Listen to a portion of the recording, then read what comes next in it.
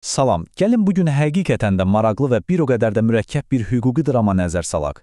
Biz bu izahlı təhlilimizdə faciəli bir avtomobil qəzasından, heç cür bitmək bilməyən bir borcdan və məhkəmə xaosunun qarşısını almaq üçün ali məhkəmənin prosesə necə sərt müdaxilə etməsindən bəhs edəcəyik. Bugün danışacağımız şey təkcə quru qanunlar deyil, işin içində real insan taleləri və ədalətin sərhədləri var. Birinci hissə, yol qəzası və bitməyən borc. Hər şey məhz buradan, böyük bir faciədən başlayır. Təsəvvür edin, ortada böyük bir insan itkisi və ağır bir maddi yük var. Məhkəmə maddi və mənəvi ziyan üçün cəmi 21.500 manat təzminat kəsib. Amma gəlin reallığa baxaq. Bunun cəmi 1250 manatı ödənilib. Yerdə qalan o böyük rəqəm, yəni düz 20.250 manat isə havadan asılı qalıb. Zərər çəkən ailənin o pulu almaq üçün necə çarəsizcəsinə əlləşdiyini təsəvvür edirsiniz, eləmi? Beləliklə, ardıcıllıq necə gedir, qəza baş verir, məhkəmə qərarı çıxarılır, hər şey yolunda görünür, amma tam pulun ödəniləcəyi məqamda şok bir şey yaşanır.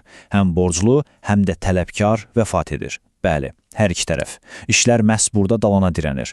Və beləcə hər şeyin dayandığı bir məqamda olduqca mübahisəli bir proses başlayır. Yeni məhkəmə iddiası. Yaxşı, bəs işin bu yerindən niyə yeni bir iddia qaldırıldı? Çünki icra məmuru çox tələsik və yersiz bir qərar vermişdi.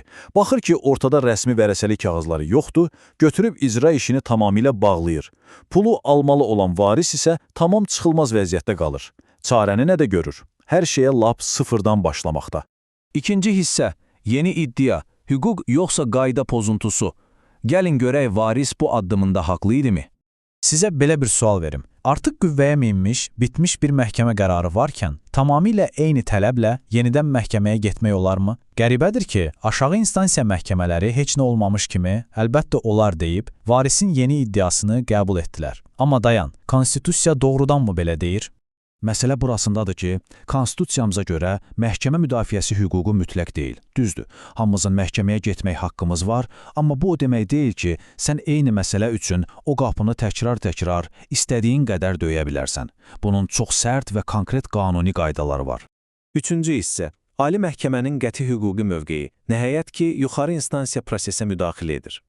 İş gedib ali məhkəməyə çatanda onlar elə bir reaksiya verirlər ki, sözün əsl mənasında stola yumruq vururlar. O yeni iddianı qəti şəkildə rədd edib, bunu prosessual hüququn kobud pozuntusudur adlandırırlar. Yəni bu, hüquqi baxımdan kiçik bir səhv deyil, birbaşa məhkəmə sisteminin təməlinə vurulan çox ağır bir zərbədir. Dördüncü hissə, res judicata, qərarların sabitliyi.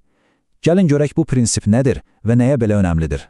Ali məhkəmə öz mövqeyini hüquqda qədim bir prinsipə, res judicataya əsaslandırdı. Bunu sadə dildə desək, əgər bir iş üzrə məhkəmə bitdisə və qərar qüvvəyə mindisə, eyni adamlar eyni məsələ üçün bir daha dava aça bilməzlər.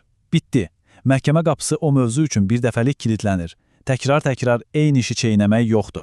Beşinci hissə, icra mərhələsinin müstəqil gücü. Bəs çıxış yolu nə idi? İndi yəqin fikirləşirsiniz ki, yaxşı, bəs o qalan 20.000 manatlıq borc nə oldu? Batdı? Qətiyyən.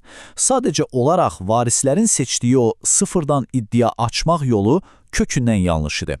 Doğru yol isə işi mövcud qərarın davamı kimi elə icra mərhələsində həll etməkdir.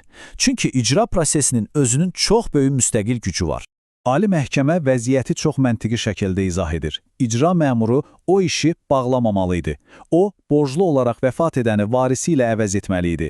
Rəsmi şəhadətnamə yox idi. Olsun, qanun deyir ki, əgər mirası faktiki olaraq qəbul etmisənsə, deməli, qanuni varissən. Məmur sadəcə icranı müvəqqəti dayandırıb, o sənədlərin qaydasına düşməsini gözləməli idi.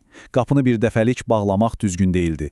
Altıncı hissə, hüquqi müəyyənlik niyə vacibdir? Niyə ali məhkəmə belə dəqiq reaksiya verdi? Baxın, bütün bu qəliz hüquqi detalların arxasında çox sadə, amma çox həyati bir fəlsəfə dayanır. Hüquqi müəyyənlik. Bir anlıq düşünün, əgər bu prinsip olmasaydı nə baş verərdi?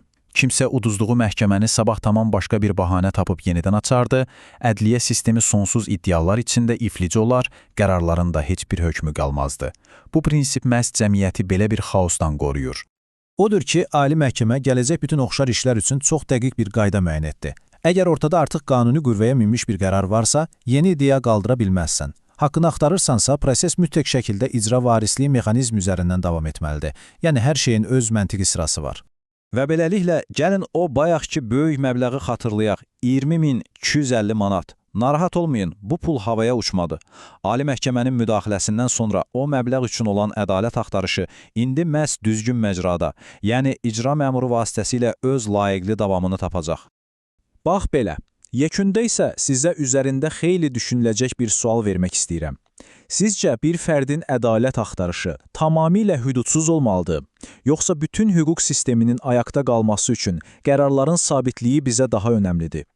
Bu iki tərəf arasındakı zərif balansı qoruyub saxlamaq elə hüququn ən çətin və ən vacib sənətidir. Bugünlük bizdən bu qədər. Ümid edirəm bu təhlilimiz mövzunu sizin üçün daha aydın və maraqlı etdi.